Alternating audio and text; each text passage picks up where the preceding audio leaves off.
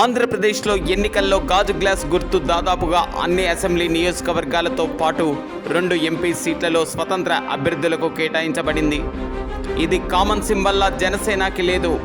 గాజు గ్లాసులు free సింబల్గానే EC పెట్టింది. దీంతో నామినేషన్ల ఉపసంహరణ తరువాత గాజు గ్లాస్ గుర్తు కోసమే రెబల్స్ కానీ ఇండిపెండెంట్లు కానీ పోటీ పడ్డారు. దీనికి ప్రధాన కారణం ఆంధ్రప్రదేశ్లో జనసేన పార్టీ అధినేత పవన్ కళ్యాణ్ హవా కొనసాగుతుందన్న కారణంతో నిన్నని రాజకీయ విశ్లేషకులు చెప్పుకుంటున్నారు.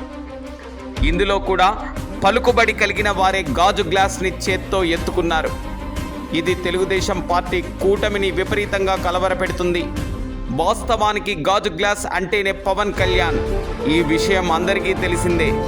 ఎంత కాదనుకున్నా గాజు గ్లాస్ గుర్తుకు ఓ చరిష్మా సంతరించుకుంది.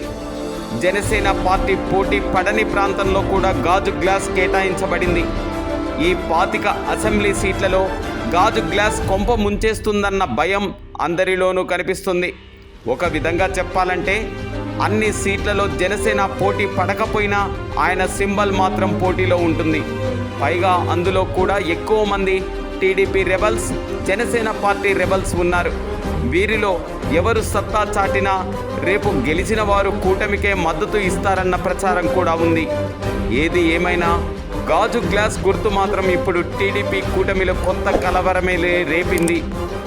ప్రస్తుతం అందుతున్న సర్వేల ప్రకారం జనసేన నేరుగా పోటీ చేస్తున్న 21 అసెంబ్లీ స్థానాలలో 18 వరకు కైవసం చేసుకుంటారని రాజకీయ విశ్లేషకులు చెబుతున్నారు.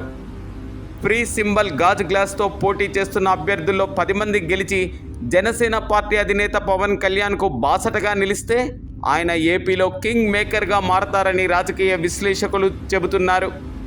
మరి ఏం జరగనుందో వేచి చూడాల్సిందే.